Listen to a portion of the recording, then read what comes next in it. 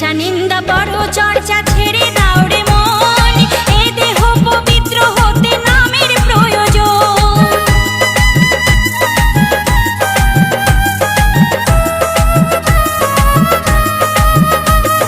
হিংসা নিন্দা পর চর্চা ছেড়ে দাও রে মন, এ দেহ পবিত্র হতে নামের প্রয়োজন।